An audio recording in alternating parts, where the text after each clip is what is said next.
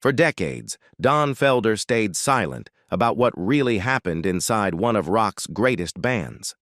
Now, at 77, the man who helped write Hotel California is finally telling the story no one expected. The truth about his bond, his heartbreak, and his betrayal at the hands of Joe Walsh. Behind the music, behind the fame, there was a friendship that shaped the sound of a generation and then fell apart in silence. This is the untold story of Don Felder and Joe Walsh, two guitar legends whose shared dream became a lifelong wound. The golden era, two guitars, one dream. In the mid-1970s, rock music was changing. The era of soft harmonies and folk influences was giving way to something louder, sharper, and more electric. When Don Felder joined the Eagles in 1974, the band was already known for its California country sound. Songs like Take It Easy and Desperado had made them household names. But Felder brought something new: discipline, precision, and the technical edge of a studio craftsman who lived for the perfect note. He wasn't a showman. He was an architect. His quiet intensity stood out in a band full of big personalities. Then came Joe Walsh. By the time he joined in late 1975, Walsh was already famous for his work with the James Gang and his solo hit Rocky Mountain Way. He was the exact opposite of Felder: loud, unpredictable, and full of swagger. He'd destroy guitars on stage, crack jokes in interviews, and drink until sunrise. To many, Walsh's arrival felt like gasoline being poured onto a fire. But to the Eagles, he was what they needed to evolve from a country rock group into a full-fledged arena band. The chemistry between Felder and Walsh was immediate but fragile. Felder admired Walsh's raw freedom, the ability to make a solo sound alive, even if it wasn't perfect. Walsh, in turn, respected Felder's clean, razor-sharp tone and sense of balance. Together, they began shaping a sound that would bridge two worlds: the discipline of composition and the chaos of rock and roll. During rehearsals for what would become Hotel California, Felder spent weeks alone at home building elaborate guitar demos. He used a 4-track tape recorder to layer rhythm, harmony, and lead parts, a rare approach at the time. When he played the demo for Don Henley and Glenn Frey, they were stunned. It sounded like a finished record. Henley would later write the lyrics that turned it into a metaphor for fame and self-destruction. But the heartbeat of the song, its twin guitar finale, came from the unspoken language Felder and Walsh shared. In the studio, the two men often didn't even need to speak. One would begin a phrase, and the other instinctively knew how to answer it. The producer, Bill Shimchick, once said that watching them record was like seeing two fencers spar in perfect rhythm. They were competitive but never hostile, constantly pushing each other to play better. When the final mix of Hotel California was done, neither could tell whose guitar line began or ended the solo. It was a seamless conversation between equals, perhaps the last time they ever truly were. For the fans, it sounded effortless. For the band, it was lightning in a bottle. The success of Hotel California turned the Eagles into one of the biggest acts in the world, selling millions of records and playing to packed stadiums. Yet behind the applause, small cracks were beginning to show. Felder, ever the perfectionist, believed discipline kept a band alive. Walsh believed rules killed creativity. That difference, invisible at first, would one day tear apart one of rock's most legendary partnerships. Joe Walsh's chaos and tragedy. Joe Walsh's story reads like a chronicle of brilliance and brokenness, the kind of life that made him both a musical genius and a cautionary tale. Long before fame, guitars, and gold records, Walsh's world had already been marked by loss. Born on November 20th, 1947 in Wichita, Kansas, his father, Robert Newton Fiddler, served as a flight instructor in the U.S. Air Force. In July 1949, when Joe was just 2 years old, his father's plane crashed in Okinawa. That tragedy carved a wound that never truly healed. His mother later remarried, and Joe took his stepfather's last name, but kept Fiddler as his middle name, a quiet way to keep a piece of his father alive. As a child, Joe was introverted, restless, and deeply sensitive. Music became his refuge. At 10 years old, his life changed when he received his first guitar. He spent endless hours listening to the Ventures, mastering Walk, Don't Run, and dreaming of the stage. That obsession with sound grew stronger through high school and college, where he started joining small local bands around Ohio. He wasn't just talented, he was different. Walsh could make a guitar speak, howl, and whisper, all in the same solo. In 1968, Joe joined the James Gang, the group that first gave him national attention. Songs like Funk No. 49 and Walk Away showcased his unique tone and fearless energy. Fans saw him as a natural-born rock star, but even then, the chaos that would later define him was already visible. He'd party for days, disappear between shows, and live with a recklessness that both fueled his creativity and frightened those around him. When he left the James Gang in 1972 to form Barnstorm, he was determined to make music on his own terms, and for a while, it worked. But the 1970s brought new shadows. In May 1970, while studying at Kent State University, Walsh witnessed the National Guard open fire on students protesting the Vietnam War. 4 people were killed. He was only 22, standing among the crowd when it happened. The sound of gunfire and screams haunted him. He later said that moment convinced him the world was too cruel, too unstable, and that music was the only honest way to respond. That trauma would echo in his later songwriting, often mixing humor, cynicism, and pain. Then came the greatest heartbreak of all. On April 1st, 1974, Joe's 3-year-old daughter, Emma, died in a car accident on her way to nursery school. She had been born on April 29th, 1971, and for Walsh, she was everything. Her death shattered him completely. He stopped writing, stopped caring, and began drinking heavily. Out of that grief came his 1974 album So What, featuring Song for Emma, a ballad that remains one of the most personal pieces of his career. In Boulder, Colorado, he built a small fountain in North Boulder Park, the place where Emma once played. On the plaque, he engraved her name and the words, "I miss you every day." The pain stayed with him, and over the years he drowned it in alcohol and drugs. Cocaine, amphetamines, whiskey, they all became part of his identity. His wild humor masked the truth. He was spiraling. By the 1980s, even his friends didn't know which version of Joe would show up, the brilliant musician or the man lost in addiction. Still, his talent kept shining through. When the Eagles called him in 1975, it seemed like salvation. For a while, it was.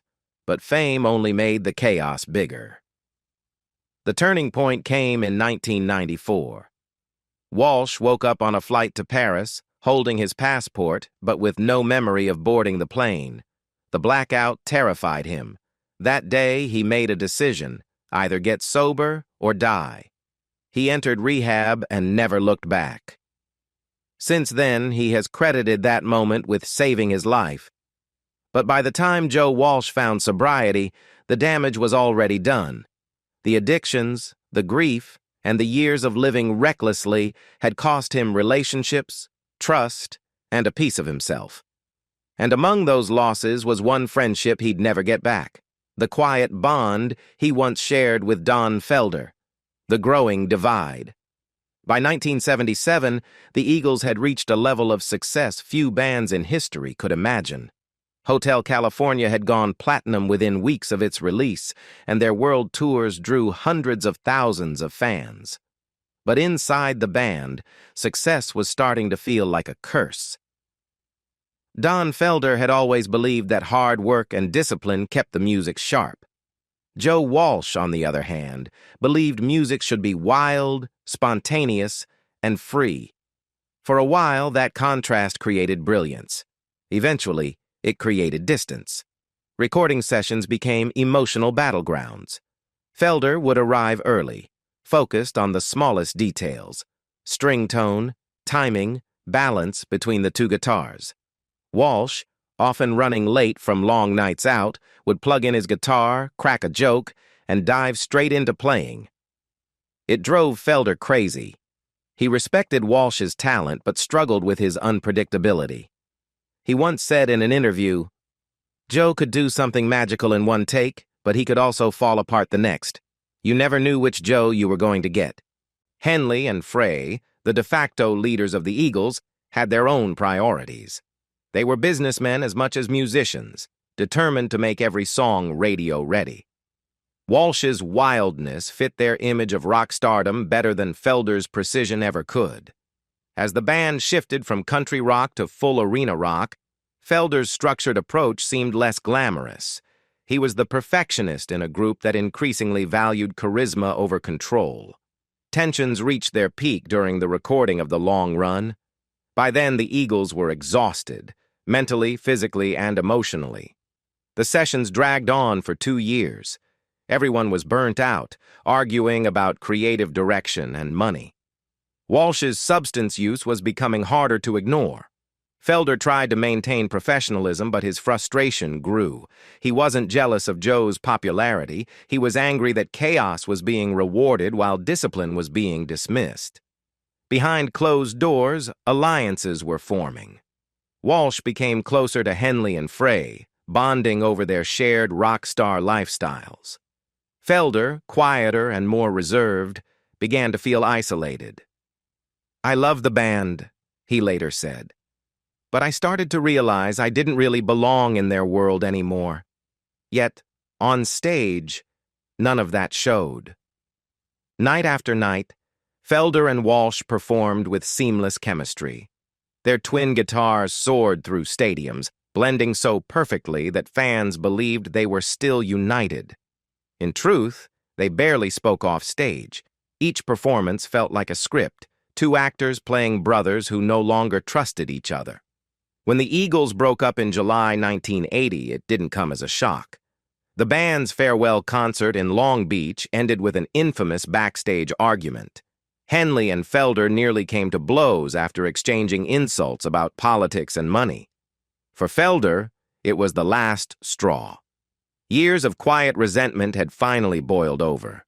He walked away convinced that one day, when tempers cooled, they could rebuild the band on equal terms. But what Felder didn't know was that the seeds of division had already been planted deep. Joe Walsh, once his creative partner and musical equal, had quietly chosen his side. The next time Felder would stand on the same stage with Walsh, the balance of power and their friendship would never be the same again. Money, power, and betrayal. When the Eagles reunited for their Hell Freezes Over tour in 1994, fans thought the past was buried. The name itself was an inside joke. Glenn Frey had once said, "We'll get back together when hell freezes over." But for Don Felder, hell was just beginning. He returned hoping for a clean slate, expecting that decades of success would mean equality. But Frey and Henley saw things differently. They were the frontmen, the writers, the faces on the posters. In their eyes, they were the Eagles. The others were replaceable. When Felder pushed for equal shares of tour profits, Frey shot back with words that still sting. "We're the stars!" Your just hired hands. Felder couldn't believe it. He had written the foundation of Hotel California, the band's signature song. To be told he was a mere employee felt like betrayal. Caught in the middle was Joe Walsh. Felder expected him, his old partner, his brother in arms, to stand beside him. Instead, Walsh told him quietly, "Just sign the damn contract."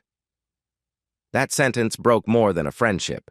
It told Felder that Joe had chosen peace over principle, loyalty to the band's machine over loyalty to their bond.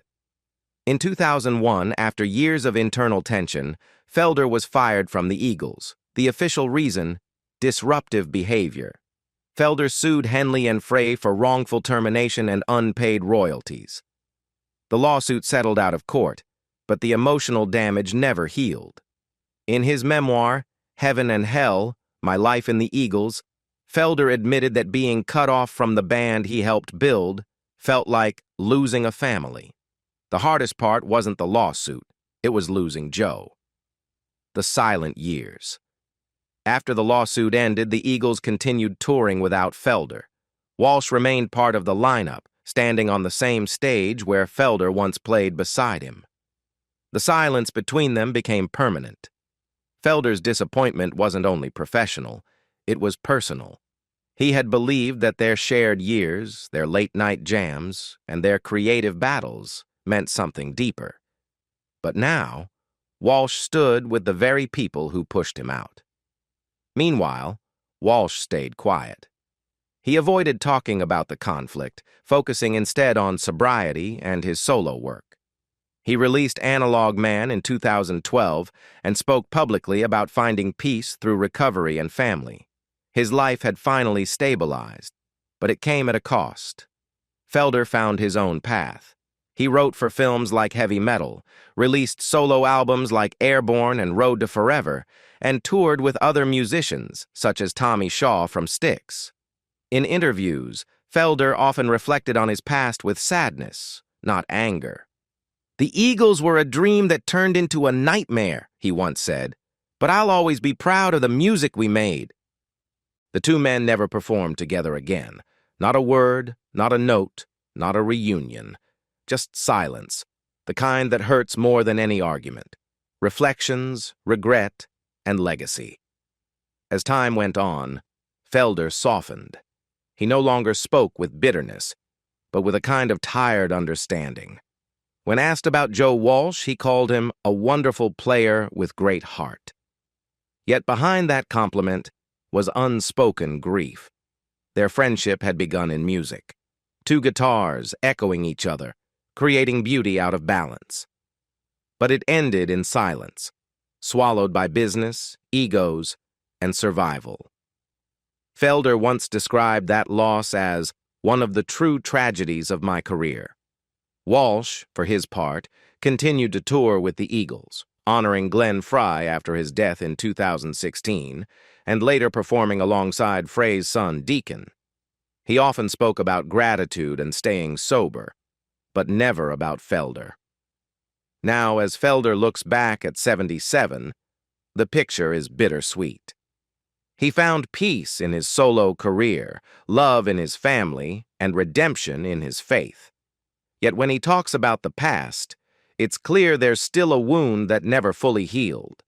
The wound of losing a friend he once called a brother. Because for Don Felder, the tragedy wasn't just being fired from the Eagles. It was realizing that the man he thought would stand beside him simply didn't. Two men, two guitars. One story that still hurts half a century later. Do you think Joe Walsh should have stood up for Don Felder when it mattered most? Let us know in the comments. And don't forget to like, share, and subscribe for more untold stories from music history.